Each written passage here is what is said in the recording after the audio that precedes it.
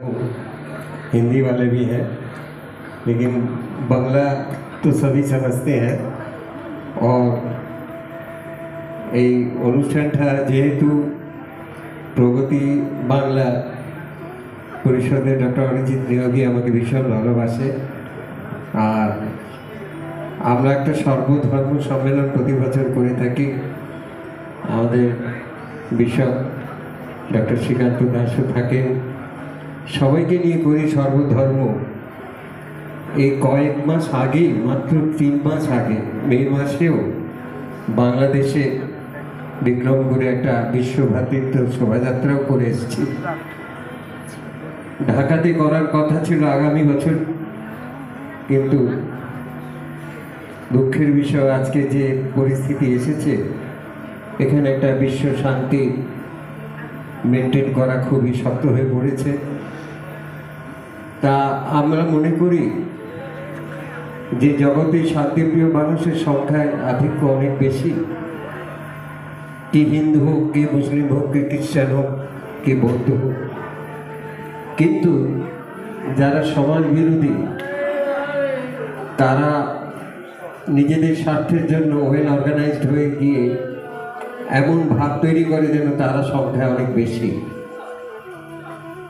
সেই কারণে যারা শান্তিপ্রিয় মানুষরা তারা সহ্য করে সেটা, এবং এইখানেই আমাদের একটু ভুল হয়ে যাচ্ছে। যারা শান্তিপ্রিয় মানুষ, পিস লাভিং পিপল, তাদের এই সময় চুপ করে থাকাটা, এটি আমাদের অপরাধ হয়ে যাচ্ছে। কিছুদিন আগে আমাকে একটা ইসলাম মুসলিমদের ধর্মসভায় হাওড়া শরৎ সদনে আহ্বান করা হয়েছিল। সেখানে তার সাবজেক্টটা ছিল ইসলাম খতরে মে হ্যায়। আমাকে যখন বলতে বলা হলো, সেখানে সমস্ত ভারতবর্ষের মৌলবীরা ছিলেন বেশিরভাগ। আমি বললাম, হ্যাঁ, आपकी बात सही है, इस्लाम खतरे में है। क्यों? आज दंगे फसाद करने वाले जो लोग हैं, যারা দাঙ্গাকারী, দুষ্কৃতিকারী, তারা সংখ্যায় কম হলেও তারা মারমুখ হয়ে যখন এগিয়ে আসে নিজেদের স্বার্থের জন্য, তখন কিন্তু যারা শান্তিপ্রিয় আপনারা, আমরা ধর্মগুরুরা, আমরা চুপচাপ থাকি, কিছু বলি না।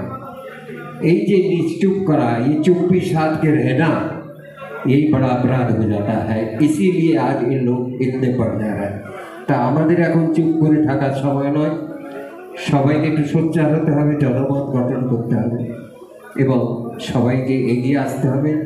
তাহলে দেখবেন শান্তিপ্রিয় যারা মুসলমান আছেন তারাও কিন্তু একত্রিত হয়ে, আজকেও আমরা বাংলাদেশে আমাদের নিজেদের টেম্পল আছে, সেখানে অনেকেই বিপন্নভাবে রয়েছে, কিন্তু সেখানেও শুনতে পাচ্ছি কিছু মুসলিমরা এগিয়ে আসছে তাদের রক্ষা করার জন্য। ভালো মানুষরা আছে সব জায়গায়, কিন্তু তারা অর্গানাইজড নয়, তাদের অর্গানাইজড হতে হবে।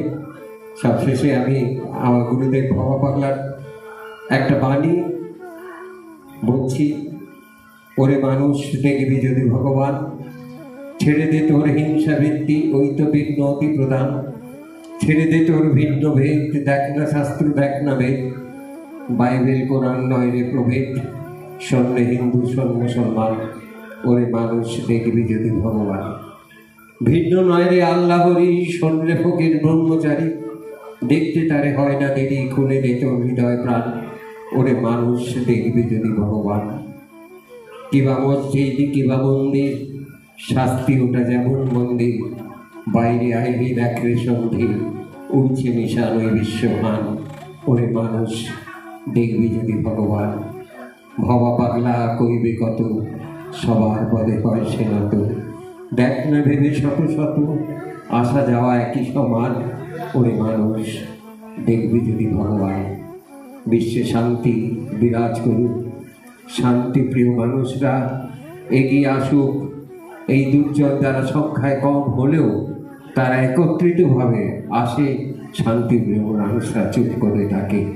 শ্রীকৃষ্ণ ভগবান তিনিও যুদ্ধ করে মহাভারতের যুদ্ধ দিয়ে দেখিয়েছেন, যখন তোমার দেয়ালে পিঠ পড়ে যাবে তখন তোমাকে কিন্তু সোচ্চার হতে হবে, তোমাকে এগিয়ে আসতে হবে। গুরুদেব ভবপাগলাও বলে গেছেন, শত্রুকে দমন করতে মৃত্যু ভয় করো না।